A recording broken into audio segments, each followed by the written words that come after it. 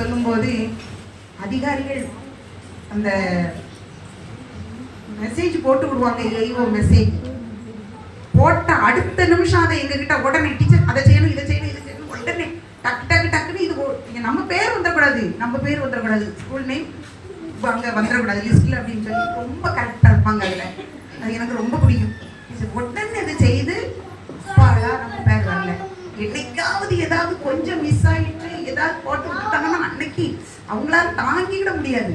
போட்டாங்களே வேற போட்டாங்களே அப்படின்னு சொல்லி அவ்வளவுக்குள்ள ரொம்ப கடமையில ரொம்ப கருத்தாய் அவர்களை போல ஒரு உண்மையாய் கருத்தாய் இருப்பது வந்து ரொம்ப கடினமான காரியம். அவ்வளவுக்குள்ள ஒரு சிறப்பான ஒரு செயலை அவர்கள் செய்திருக்கிறாங்க, பணியை நிறைவு செய்திருக்கிறாங்க. அவர்கள் பணியை நாமும் அதை பின்பற்றி தொடர வேண்டியது நம்முடைய கடமை. அதே போல இன்னொன்று அவர்களிடம் படித்த நான் கற்றுக்கொண்ட ஒரு பாடம் என்னன்னா, சேமிப்பு அருமையா சிறு சேமிப்பு பிள்ளைகளுக்கு சிறு சேமிப்பு திட்டம்னு சொல்லி வச்சு அதை எல்லாம் சொன்னாங்க. டீச்சர் இதோடு நான் விட்டுட்டுமா, டீச்சர் இதை கொடுத்து முடிச்சிடட்டுமா, இதெல்லாம் நீங்க கண்டினியூ பண்ணுவீங்களா அப்படின்னு. எனக்கு எதுவுமே தெரியாத டீச்சர். நாங்கள் இதுவரை வேலை பார்த்த ஸ்கூல்ல நான் பார்க்கல. ஆனால் சிறு சேமிப்பு திட்டம் இருந்தது. இன்னொரு டீச்சர் வாங்கி கையில் வச்சு அதை அப்படியே கொடுத்துக்கிட்டு இருந்தாங்க. ஆனால் டீச்சர் வந்து அதை ஒழுங்காக வாரந்தோறும் அதை ஒழுங்காக அதை ஒரு நோட்டு போட்டு கணக்கு பார்த்து போஸ்ட் ஆஃபீஸில் போட்டு அதனுடைய இன்ட்ரெஸ்ட்டை எடுத்து அதை இந்த பிள்ளைங்க யார் அதிகமாக சேர்த்துருக்காங்களோ அந்த பிள்ளைங்களுக்கே பரிசாக அதனோட இன்ட்ரெஸ்ட்டை எடுத்து 8 கிளாஸுக்கும் டிவைட் பண்ணி பரிசாக. எனக்கு அது நல்ல சந்தோஷமாக இருந்தது. அருமையான செயல் செய்கிறாங்க டீச்சர் அப்படின்னு சொல்லி நான் அவர்களை மனதார பாராட்டுகிறேன். அவர்கள் செய்த செயல் வந்து மிகவும் ஒரு சிறப்பான ஒரு செயல். அப்புறம் உங்களை சொல்லணும்னா நிறைய 8 மணிக்கே வர்றது பெரிய ஒரு சிறப்பு. 8 மணிக்கு வரணும்னு சொன்னால் அது யாராலையும் முடியாது. அந்த அளவுக்கு அதிகாலை எழும்பி அவங்க தன்னுடைய கடமையை முடிச்சுட்டு அவங்க ஸ்கூலுக்கு தேடி வராங்கன்னா அவ்வளோ ஒரு பெரிதான ஒரு காரியம்.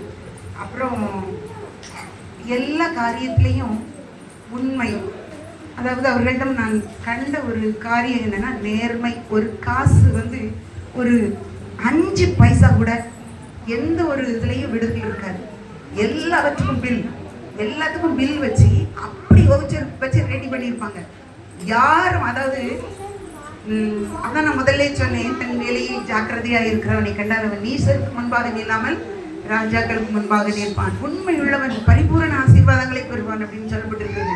அதே போல அவங்க வந்து உண்மை வந்து அவ்வளவு அருமையா எல்லாத்துக்கும், அதாவது அடிமைக்கு அப்படி ஒரு சுபாவம் உண்டு, உண்மையா இருக்கிற சுபாவம் உண்டு.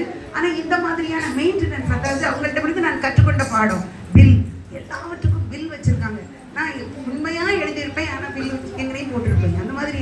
அப்போ இதுலெல்லாம் அவங்கள்ட்ட இருந்து நம்ம கற்றுக்கொண்ட பாடங்கள் மிகவும் ஆச்சரியப்படக்கூடிய காரியமா இருந்து நல்ல ஒரு சிறந்த ஒரு உண்மையாளர் அவங்கள சொல்லலாம். அருமையாக அவர்கள் நடத்தி சென்றார்கள் இந்த பள்ளி. ஓராண்டு காலமும் நான் அவர்களை கண்டதில் ரொம்ப ரொம்ப அதாவது உண்மை ஒரு ஆசிரியருக்கோ ஒரு மனிதனுக்கோ உண்மை மட்டும் வாழ்க்கையில இருந்ததுன்னு சொன்னா, நேர்மை உண்மை இருந்ததுன்னா எல்லா காரியமும் ப்ளஸ்ஸாக இருக்கும். அதாவது அந்த அளவுக்கு சொல்லக்கூடிய விதத்தில் முதல்ல சுத்தம் வந்து காசுல தான் சுத்தமா இருக்கணும். மனுஷன் இடறி விழுகிறது பணத்துல தான் இடறி விடுவான். பணத்துல சுத்தம் இருக்கும் போது நம்பருக்குரிய ஒரு மகனாக அப்படி ஒரு நம்பருக்குரிய ஆசிரியையாக அவர்கள் திகழ்ந்தார்கள். நான் அவர்களை மனதார பாராட்டுகிறேன். ஆண்டவர்களுக்கு எல்லா ஆண்டவர் நிறைவாக ஆசீர்வதித்திருக்கிறார், இன்னும் ஆசீர்வதிப்பார். அவர்கள் உண்மை உள்ளவன் பரிபூரண ஆசீர்வாதம் பெறுவான். அந்த பரிபூரணம்னு சொன்னா அது முழுமை, அதுல எந்த ஒரு பிசிறு இருக்காது. அது ஏற்ற காலத்துல எல்லாவற்றையும் முதிர் வயதிலும் பசுமையுமாய் இருப்பார்கள் என்று நான் கர்த்தரை அவர்களை ஆண்டவர் நீண்ட காலம் ஆசீர்வதித்து வழிநடத்துவாராக. நல்ல சரீர சுகபலன் ஆரோக்கியம் தருவாராக. ஆமென்.